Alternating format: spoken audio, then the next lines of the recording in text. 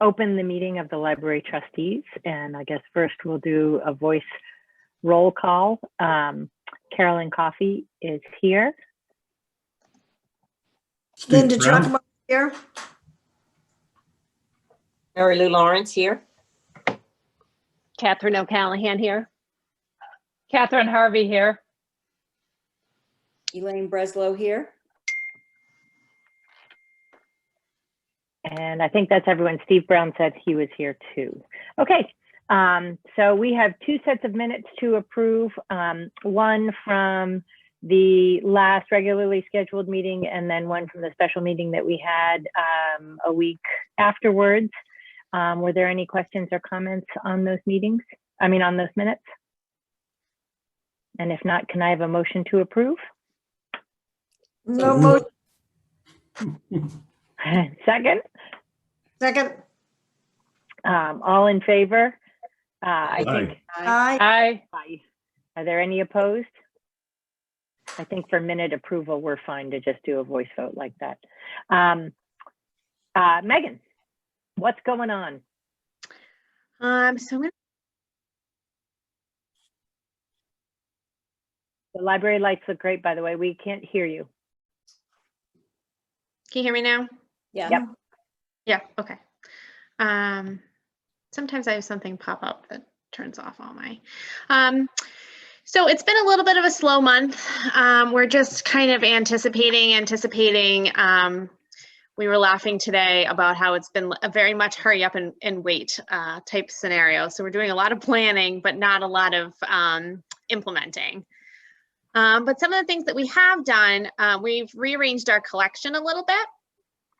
Because we don't have the self-hold pickup, and we probably won't for a while, we wanted to utilize that space for our library of things. So the beginning problem was we increased our Red Hot Reads collection to when I first started, probably that May. And so now we've run out of space in our new book area because we also moved to the DVDs to accommodate some of the new furniture. So this has kind of been an ongoing problem, but now that we are starting to think about reopening and kind of creating a wow factor when people are back at the library browsing, we decided to move some things around and get some of those extra books from the new section off carts, because we don't want people just having to browse carts. It's not as exciting and well put together as the shelf, of course. So so we moved our library things to the self-hold area. We think that it's a nicer layout to show people what we have. The display is much better. We've taken things out of their bags. So instead of having kind of the robots in those cloudy bags, those cloudy library bags, we've taken them out. And that's what we'll be doing moving forward when they're in the library. When somebody goes to check something out, we can either go and get the bag for them if they've forgotten it, or they can bring that bag up with them to check out. But we have some great stuff. We have projectors and hotspots and robots, and the list goes on. And I don't think people know that we have them. So they were kind of hiding behind the paperback section, kind of in the middle of the lower stacks in the library. So we're hoping this will kind of boost the popularity. So Megan, Megan, as I said, the Red Hot Reads collection had increased about 1.5 years ago. So we did move the Red Hot Reads over to where the paperbacks were previously. And the paperbacks just went on the other side where the library things used to be. So other upcoming collection moves, we have our oversized books, I think, are also not being utilized as well as they could be because of their location. They're kind of, again, in the middle of the lower stacks, and a lot of it is nonfiction. So when somebody's browsing for a nonfiction item, they don't necessarily know to also go to the oversized collection as well, and that maybe they'll find something there. So we're moving the oversized collection to the very back of the lower shelving, closer to the nonfiction collection, so that possibly when somebody's looking at nonfiction, they'll turn to see that the oversized books are right behind them and that they might be interested in that collection as well. Next move we're making, we've been working on a graphic novel collection for quite a while now. And, you know, again, it's been traditionally graphic novels are shelved in the nonfiction collection. I don't think it's intuitive for people to go to nonfiction to find the graphic novels. No. So we have a meeting on Friday. We're going to talk about pulling those out, giving them a new call number or call code, which is usually GN for graphic novel. And then usually it is actually the title, so that all the Batmans stay together and all the Supermans stay together because they all have different authors. So we're having a group meeting to talk about how to best do that. And then for our reopening, we'd love to have that as kind of a nice big display.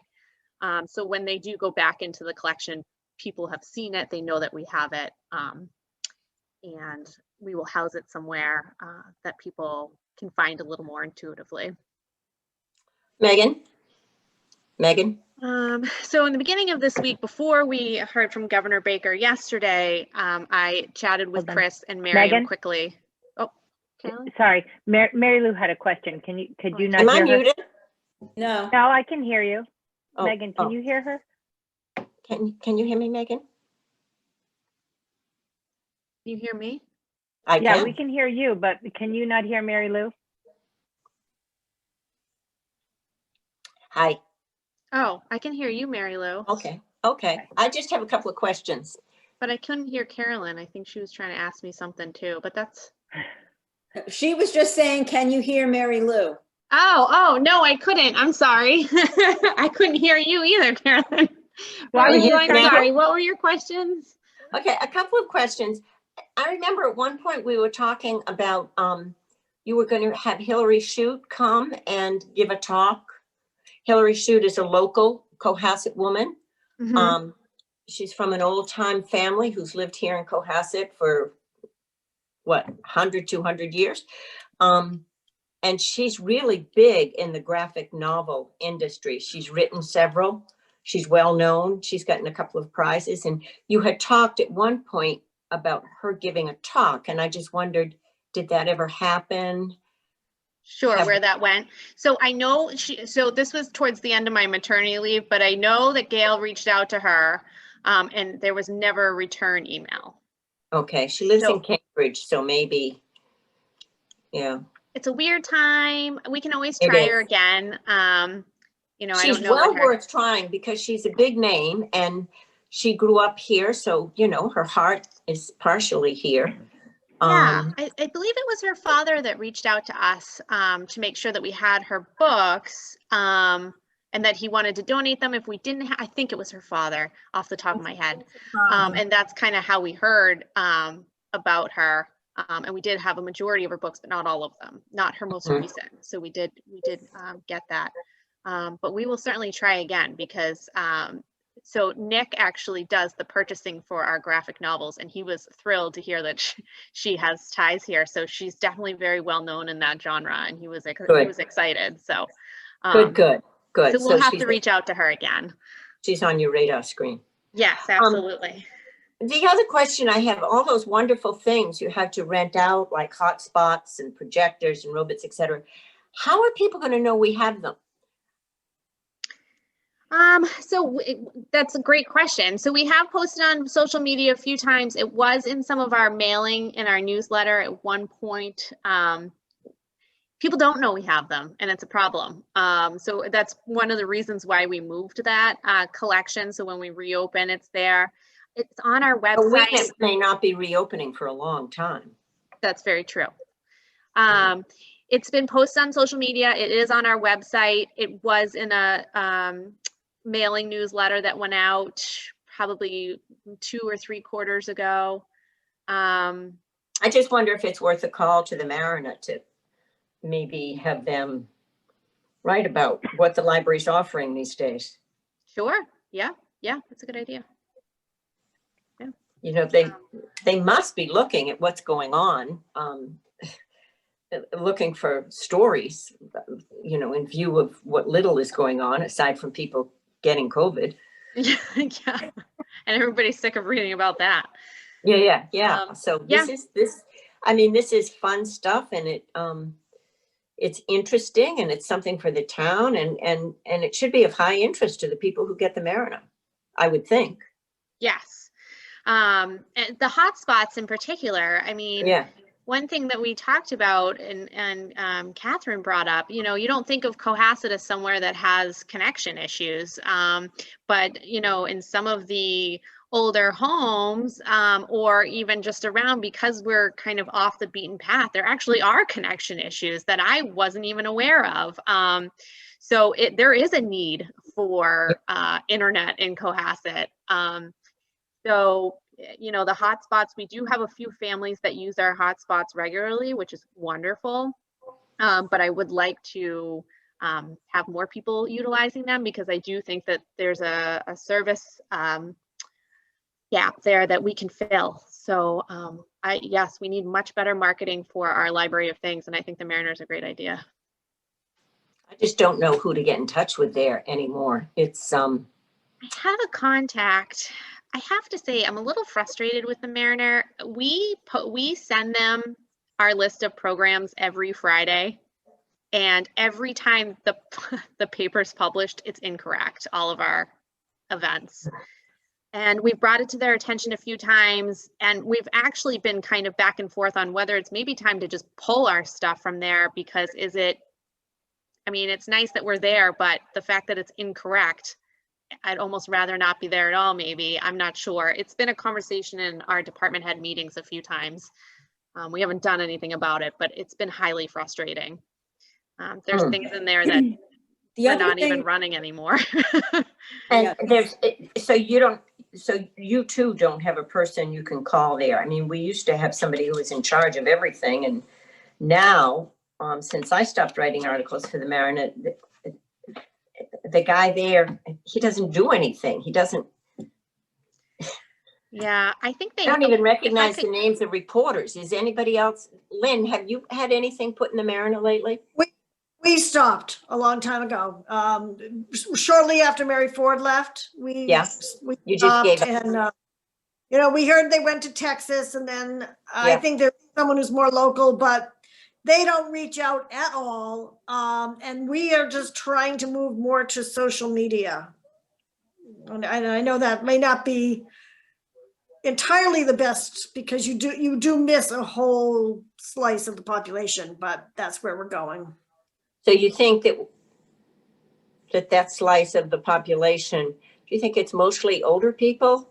Must be parents of kids a lot of parents with kids in school for the sports sections, and yeah, maybe, but they're likely to be on social media. To be on social media, yeah. Right.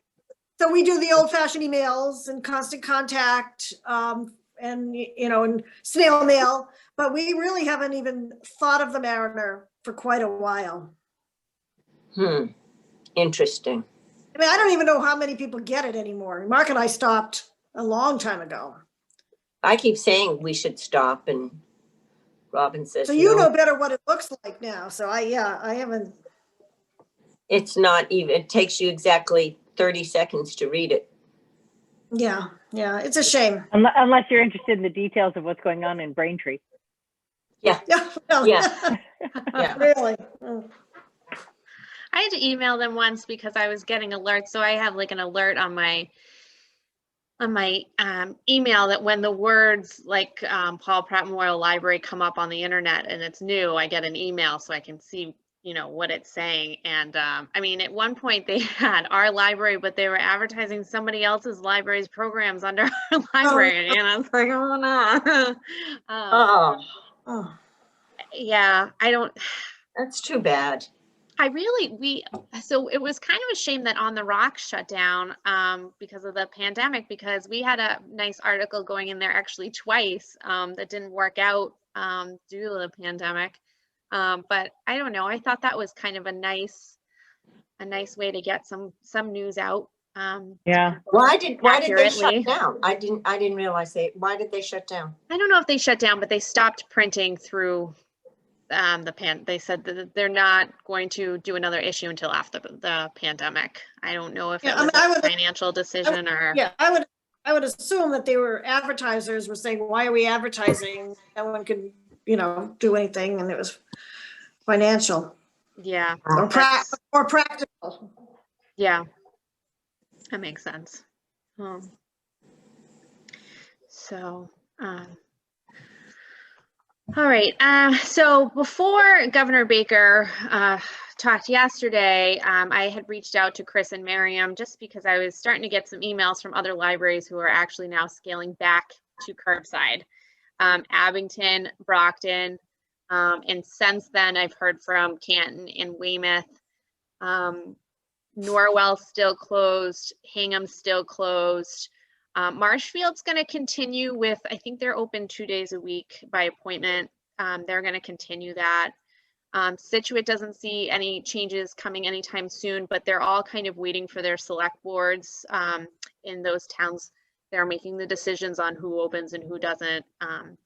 So I started getting those emails and I reached out to Chris and Miriam, who's the HR director, and I just said, I just don't think this is the right time to open. I'm disappointed to have to say so, but if other libraries are starting to go back to curbside, I don't think it's a smart public relations time for us to open. And they both agreed with me. So again, I'm very excited to say, but I think we need to push back again and reevaluate till after the new year. I'd be happy to hear your thoughts on it. I would agree. I would agree I as agree well. too. Yep. I'm Sadly. sad. Yeah. I'm When we ready to first be started open. talking about this, when we first started talking about this, it was more September, October timeframe. And, it's changed since then. So I think it's perfectly reasonable to wait until the new year and then, see what's happening and reevaluate and see what we can do. And it's not that far away. Really. It's Exactly. not, and You're only I'm talking sure. a few weeks. Yeah, and I'm hoping at that point it'll be okay, but I don't know. Honestly, things are only going to continue to worsen before they get better. So I don't even think January is a realistic possibility to be. I agree, Elaine. Candid. I Yeah. agree. I think Totally. we're going to go well into spring, I think, before we feel good. Yeah, I agree. I mean, we had some roadblocks. The first week we were talking about reopening, Governor Baker came out. That was the week that he was closing restaurants early. And I thought to myself, well, we don't want to reopen this week because everybody's going to say, well, Governor Baker is starting to close things down and that, the library is trying to reopen. And then the following week, it was the party in Cohasset and the schools went remote. And I thought, well, that's not very supportive of the schools. If the library reopens while the schools have gone remote, we want to, present ourselves as a team with them. So that wasn't a great time either. Then it was Thanksgiving. So now this is kind of how we got to this place from late September till October. So that's kind of where we are. We are fulfilling our mission. There's some good news, we are fulfilling our mission. We have some pretty nice circ stats considering nobody's coming in. So we're circing a little over 4,000 items a month. We have people coming to our virtual programming. It's less than what we started with, people are sick of the computer. The staff's starting to get creative for the spring about outdoor programming because even at that point, I think we're going to be reluctant to put a whole bunch of people in a room. And if we're not reluctant, I think the public's still going to be kind of getting used to being in the same room together with a lot of people. There's going to be kind of a social change with this as well, I think. So we're starting to do our programming outside and thinking about, how can we create some temporary outside space for story times, story time walk. So There was just a great article in the newspaper about the East Bridgewater, was it East Bridgewater or West? I think maybe it was West, actually, the West Bridgewater Library, and what really interesting things that they're doing. So, you know, we can watch and see what other people are doing as well. Oh, Steve's at the library. Nice, Steve. Yeah, you can grab a picture from anywhere. I took that picture. Megan, the courtyard behind the reference area, Yes. is kind of, depending on how gross it is, you know, I don't know how much, you know, I know all the HVAC equipment is there, but it is kind of enclosed, which would help with wind and would help with little kids escaping. Yes. Because, you know, you have those arborvitae there too. That might be, you know, if we can come up with some creative ways, maybe even with the Adirondack, repurposing the Adirondack chairs for a little while back there, maybe story time can happen back there. Yeah, or I some think sort that's a of great thing. idea. We've That's a chatted great- about yeah. that ourselves. We think it's a great idea. I actually, in Norwell, we were kind of doing a playground tour, and one of the Norwell elementary schools has wood stump, like tree stumps outside for the kids to sit on. And I thought that was a really cute idea and easy and, you know, inexpensive and disposable. So that's kind of the route I was thinking, as everybody gets a little tree stump to sit on. Yeah, well, talk to DPW, because with there plenty of trees, I'm sure will go down in winter storms, and they could make some for you. Yeah, Right. And then they don't have to does pay their to dispose of them. Right, Holly Hill does their story hour that way. Yeah. And it's great. It's really cute and the kids seem to love it. And you could even, you know, if DPW doesn't have any, maybe some of the local tree companies, because it's so many down trees, maybe they would donate them too. Yeah, that's a great idea. Good. Dr. Temple Grandin. So the community services group, we have split the cost of Dr. Temple Grandin to come. So this, you know, again, came from the select board, which I spelled wrong. So the friends have contributed $500 towards the program. We did get a few grants as well to help cover and to lessen the cost per department. And we would like to use the grant account from the music circus. I think it's called Incubator, and it's really for programming only. So we thought this was a good way to spend that grant, would be for the Temple Grandin program. Good idea. If you want to discuss this time and vote next time, or I think it's worthwhile to go ahead, unless anybody's negative. Are there any comments? That makes sense to me. Is there a motion to approve? So moved. Second? Second, All in favor? Carolyn Coffey, aye. Steve Brown? And I, Catherine O'Callaghan? Aye. Elaine Breslow? aye. Mary Lou Lawrence? Aye. Catherine Harvey, unmute. Aye. Linda Giacomo? Aye. Megan Brinzy? Aye. Thank you. great, thanks. All right, so this last topic is kind of about budget season. This is an idea that came from the Friends that I think is brilliant. So we're coming up on budget season. We are, oh, Sarah Pease is raising her hand. Let me see if I can. Oh, Oh, because she's, oh, I'm sorry, she's sitting. I don't in the, see her. She's sitting in the waiting room. She Oh, must dear. have just popped in. Hi, Sarah. she's muted Oh, I don't see her. at the bottom, just a name. yeah. oh, Yeah, See she that? needs to unmute and add video. At least she can listen. Okay. So our budget is due our January 8th. They want to see a level funded budget, a budget that's cut 5% and a budget that's cut 10%, but only out of expenses and not personnel. So they're not interested in cutting any personnel, but they are exploring the idea of, and this is for all departments, they're exploring the idea of, in case there's a need, to cut expenses in each department. Bronwyn and I did a little research, and really even a 5% cut would bring us below the amount that we need to be certified, the municipal appropriation that we need. This is, of course, a unique year.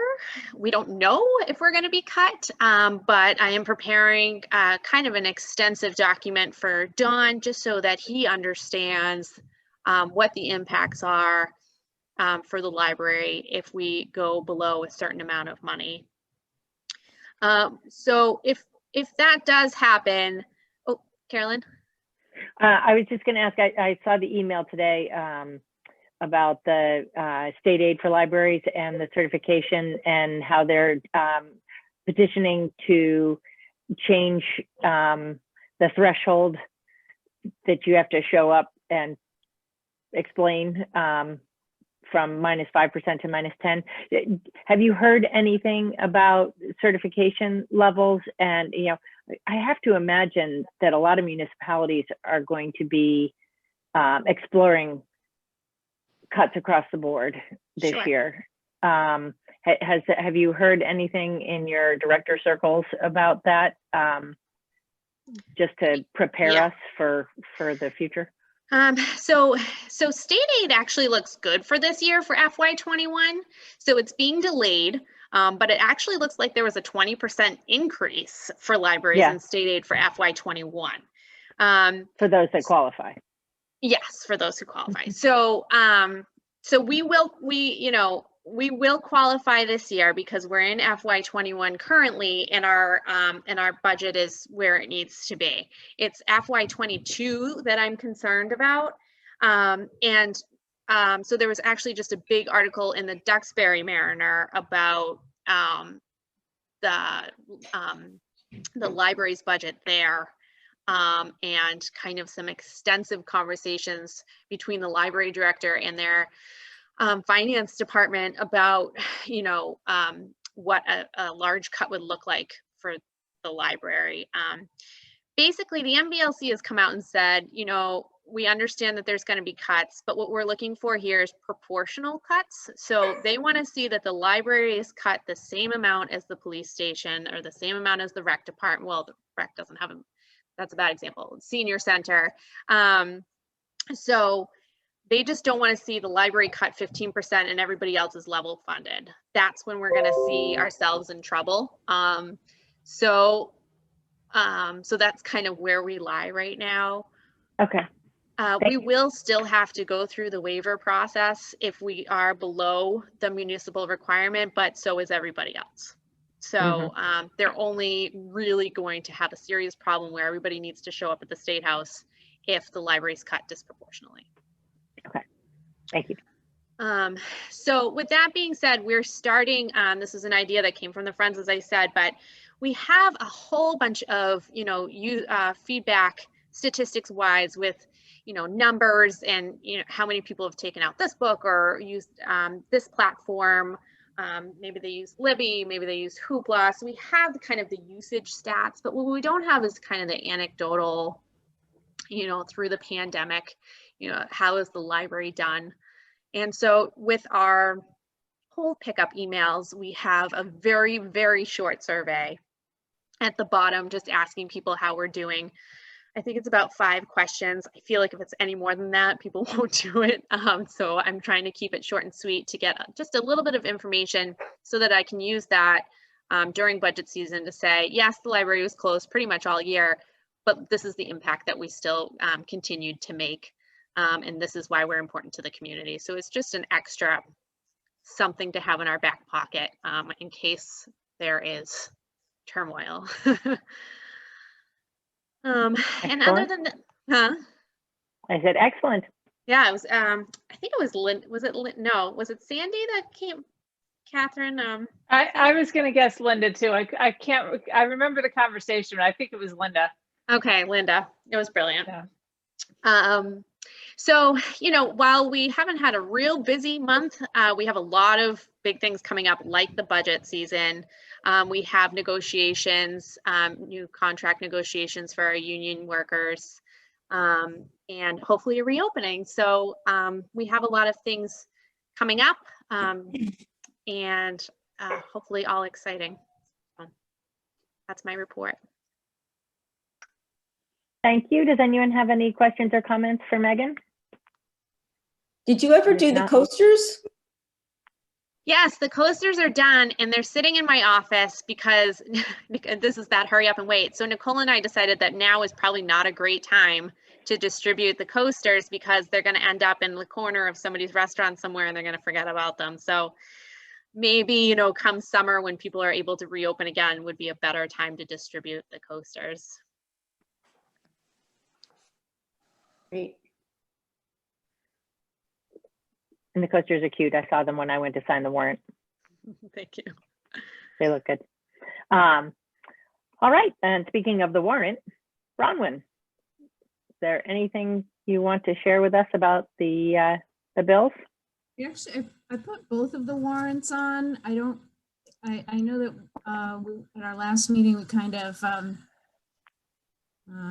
informally approved the lighting, but the actual warrant I included, so I don't know if you want to also vote on that one. The main one, it's small, but it's actually a lot of money because we have the Baker and Taylor lease, annual lease for the Red Hot Reads, included in within also books we purchased from Baker and Taylor. So it's over $12,000 this month.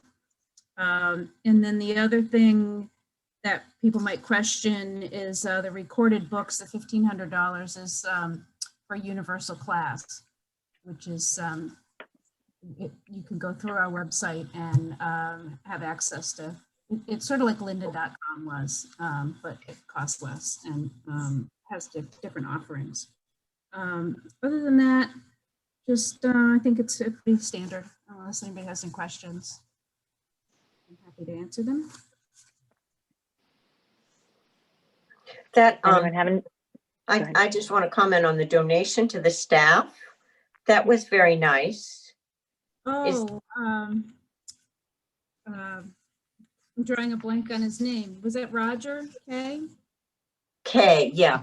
Yeah, that was last month. Yeah, he's a regular user, and the last few years he's given a donation. We try to match up what kinds of books he likes, and so we try to pick something or a few items that are in his genres, and so we let him know what books that we've purchased with the money he donates. So he's an older gentleman and seems to really appreciate the staff especially the CERC staff. So it was very nice gesture. Is this the coffee donation? Sorry? Is this the coffee donation? No, that's John Wariski. This is Roger K.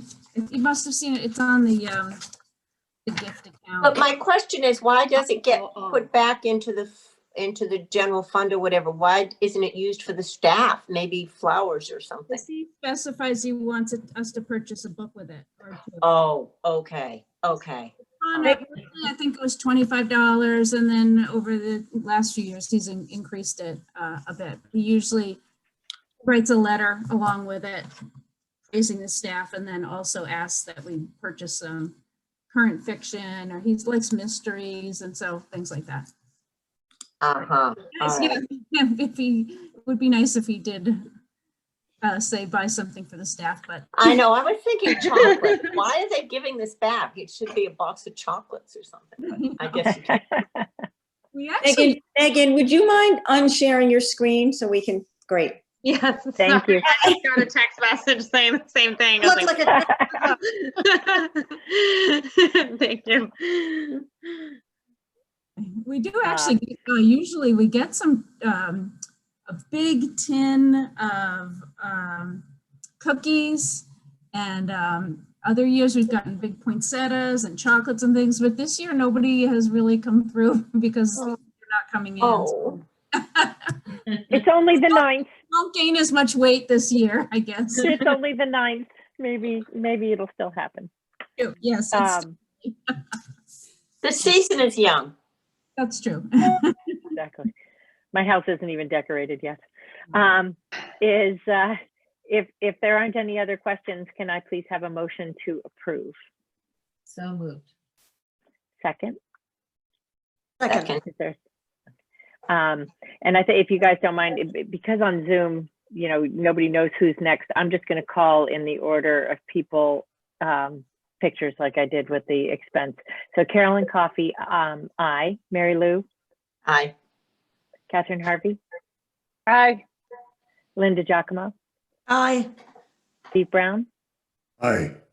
Elaine Breslow? Aye. Megan Brinzy? Aye. Sarah Pease? Aye. Catherine O'Callahan? Aye. Thank you. And that will be for both warrants. We don't need to do a separate voice vote for both warrants. And so the next thing would be the chair's report. And sadly, I have nothing to report. So, or maybe that's great because that means we get off earlier. Catherine Harvey, there's no CLT report either. The CLT has not met since the last meeting. Catherine Harvey, how are the friends? I mean, I think Megan pretty much covered it between voting on the contribution to the Temple Grandin presentation and Linda or / Sandy's great idea about the survey. that pretty much covers it. I don't think I'm missing anything. Can you think of anything, Megan? Out that How are the annual receipts coming in compared to prior years? We're actually pretty close to even, believe it or not, which is good news. Obviously, so you know, obviously we're anticipating that programming will continue to be down. So if we stay even, you know, I think that'll be good. We can maybe have a robust offerings for programming once we're able to come back. You know, we may have some surplus that we have saved up. So, you know, and it dribbles in, it continues to dribble in. Usually I think it doesn't really taper off until end of January. So I would say we'll have a better idea, you know, by then, you know, what we'll look like for the year, but we're pretty even. Super. Good news. Yeah. Is there anything else on the agenda? I'm going off memory. I just have another, if I can. Please. So some of you might know that the Historical Society has a new president. And I met with him today, and he's very interested in partnering with the library in any way that we could collaborate. And obviously with COVID, they're not doing anything right now, but the idea would be to try to keep this in mind and plan for when we can either do things outside or anyway. Megan, he was very complimentary of you and Brown, I guess. And then this is Glenn Pratt, who is the president. So, we love Glenn. Yeah, so he asked me he gives us all of our PPE. Yeah, so he asked me to please reach out, and then just happened to have this meeting today. So keep that in mind, and you and I we can talk and see what we can come up with. Great. Okay. Exciting. Yeah, wonderful. Yeah. That'll be great. Yeah, no, we love Kathy, but this is a good change, and things are happening. And everyone needs to get their book that Lynn wrote. Yes. On the first 250 houses in Cohasset. Go to the first250.com, right? Or is it .org? It is .com. I always want to say .org, but it's .com. Yeah. First250.com. They'll be available next week, even if you don't pre-order. So. Where are they available? Just at 250.com or anyplace else? There, and then they will be sold from the Pratt Building on, the 103 South Main, and then at Anchor and Sale. Oh. So. Is there any other business? Yeah, Sorry, one other Catherine? thing, I'm remiss because the most important thing from the Friends is a very big thank you to all the trustees for buying the ornaments, and we have sold out, and so that is very big news. And so thank you very, very much. That really helped us clear out the inventory, and that was a long time coming. So so thanks again, everybody, for pitching in on that. Who delivered the ornaments to the various people? So I don't know. We haven't actually even discussed that. We set them aside. Oh, okay, so they haven't been And I delivered yet? think, I guess Linda would do that.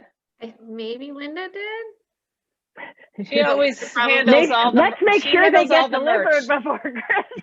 Yes. Good point. I was just collecting the We'll work checks, that but out. yes, we will follow up to make sure that gets done, One other if it thing, hasn't already. somebody who was trying to participate in that chef, the virtual chef, you know, was being Yeah. offered. She also wondered if somebody that we know, Carolyn, also wondered if you were interested in any other chefs. This person is very connected in the food industry. And she said she would be happy to connect the library with some, I guess, bigger name chefs. So That would be great. if you're That interested. program was very well received. Yeah. Yeah, that came up in the Friends too, actually, Yep. because one of the Friends had attended the chef presentation and loved it. I tried to, but I couldn't get We on. couldn't get on. Carolyn and I could not get on. We couldn't, no, we didn't, Yeah. we just don't think that they let us, that we were in the waiting room and nothing. I mean, I waited 30 minutes, nothing happened. Yeah, Scared. I waited and don't waited. Yeah, know. I'd have to touch base with Gail. So that was a collaboration with like 4 or 5 different libraries. Mm-hmm. So I'm not sure if Gail was actually the person that had control of the waiting room. But you registered, you got the link. I don't know. Yeah. I emailed I never her got in. to say that I couldn't get on, and she basically apologized, but she didn't really have a reason why that would have happened. Huh. I wonder I'm if she guessing might have she not had had nothing to control do of with it. Oh, that's too Yeah. bad. I'm sorry to hear that. so I missed it. But yeah, this and our friend is that's her business. She's in the food industry, so she is very well connected. So if That would be great. if you guys come up with other ideas, or we can put her in touch with you, and you guys can noodle on ideas together. Yeah, that would be great. That Okay. would be great. Yeah, thank you. Thanks for bringing that up, Elaine. Sure. Is there anything else? And if not, I hope you all have a very happy holiday season. Thank You you. too. Thanks, you too. Yes, Merry Here's Christmas. to all good things in 2021, huh? Hope Stay so. healthy and be careful. And be Thanks, safe this everybody. holiday.